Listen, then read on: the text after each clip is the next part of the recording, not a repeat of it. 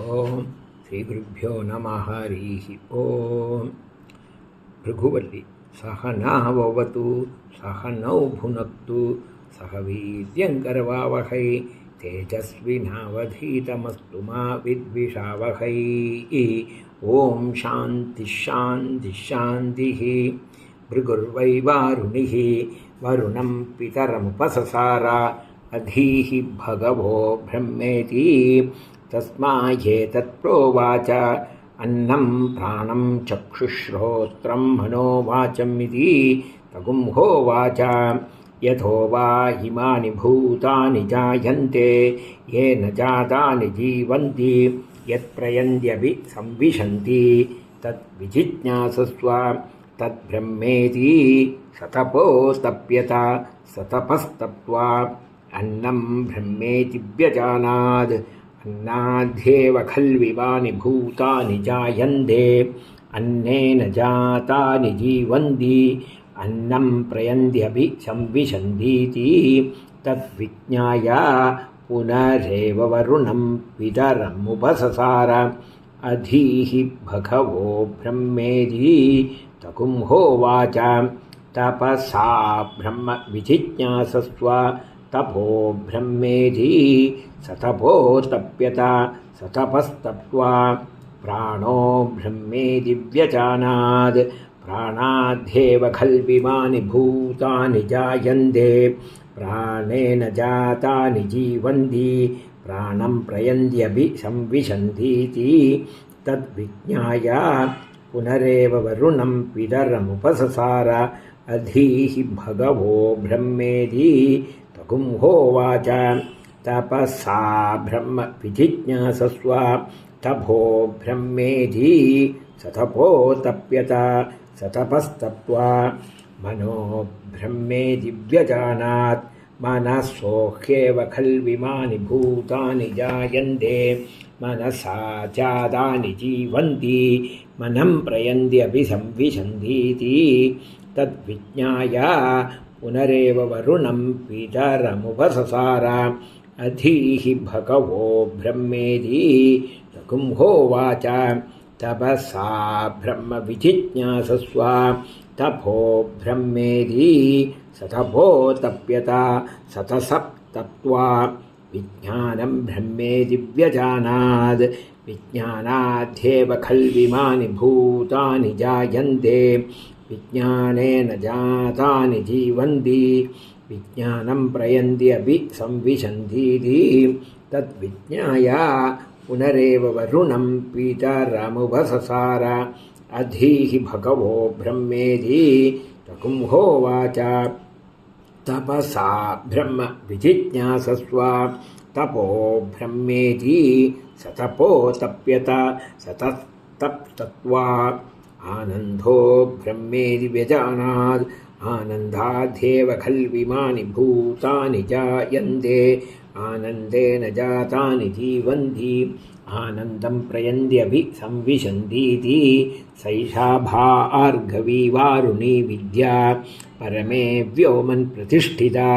य एवं वेद प्रतिष्ठति अन्नवानन्नादो भवति महान् भवति प्रजया पशुभिर्ब्रह्मवर्चसेना महान् कीर्त्या अन्नन्न निन्द्यात्.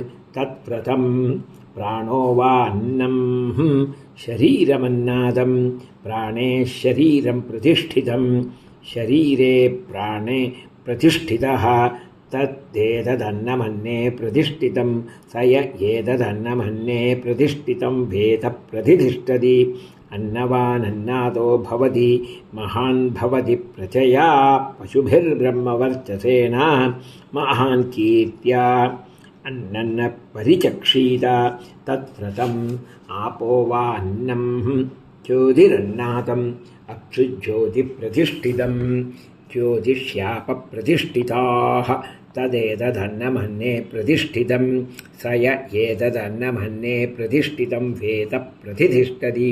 अन्नवानन्नादो भवति महान् भवति प्रजया पशुभिर्ब्रह्मवर्चसेना महान् कीर्त्या अन्नं बहुकुर्वीद तद्व्रतं पृथिवी वा अन्नम् आकाशोऽह्नातः पृथिव्यामाकाशप्रतिष्ठितः आकाशे पृथिवी प्रतिष्ठिता तदेतदन्नमन्ये प्रतिष्ठितं स य एतदन्नमन्ये प्रतिष्ठितं वेद प्रतिष्ठति अन्नवानन्नादो भवति महान् भवति प्रजया पशुभिर्ब्रह्मवर्चसेन महान् कीर्त्या न कञ्चन वसतौ प्रत्याचक्षीद तद्व्रतं तस्माध्यया कया च विधया बह्वन्नं प्राप्नुयात् अराध्यस्मा अन्नमित्याचक्षते एतद्वै मुखदो अन्नगुम्राद्धं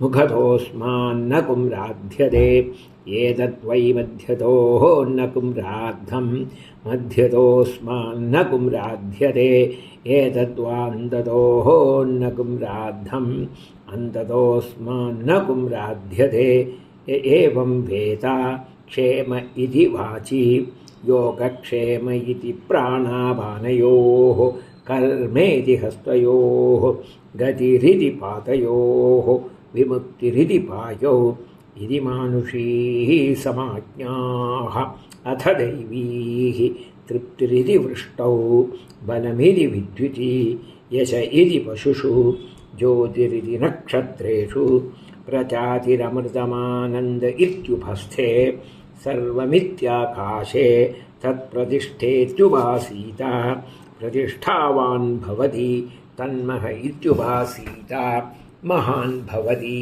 तन्मन इत्युपासीत मानवान् भवति तन्नम इत्युपासीत नम्यन्ते एस्मै कामाः तद्ब्रह्मेत्युपासीत ब्रह्मवान् भवति तद्ब्रह्मणः परिमर इत्युपासीत पर्येणं म्रियन्ते दुषन्तः सपत्नाः पर्येः प्रिया भ्रातृव्याः स यश्चायं पुरुषे यश्चासावादित्ये स एकः स य एवंविद् अस्मान् लोकात् प्रेत्य एतमन्नमयमात्मानम् उपसङ्क्रम्य एतं प्राणमयमात्मानम् उपसङ्क्रम्य एतं मनोमयमात्मानम् उपसङ्क्रम्य एतं विज्ञानमयमात्मानम् उपसङ्क्रम्य एतमानन्दमयमात्मानम् उपसङ्क्रम्य इमान् लोकान् कामान्नि कामरूप्यनुसञ्चरन् एतत्सामगायन्नास्ते हा हूहा हूहा हू अहमन्नमहमन्नमहमन्नम् अहमन्नादोऽहमन्नादोऽहमन्नादः अहग्श्लोककृतहग्श्लोककृतहग्श्लोककृत् अहमस्मि प्रथमचारुता स्यात् पूर्वं देवेभ्यो अमृतस्य न भायि यो मा दधाति स देवमा आह अहमन्नमन्नमधन्दमात्मि अहं विश्वं भुवनमभ्यभवां सुवर्णज्योतिः य एवं वेद इत्युपनिषत् सह नाभवतु सह नौ भुनक्तु सह वीर्यङ्करवावहै तेजस्विनावधीतमस्तु मा विद्विषावहै ॐ शान्तिः शान्तिः शान्तिः हरिः ॐ।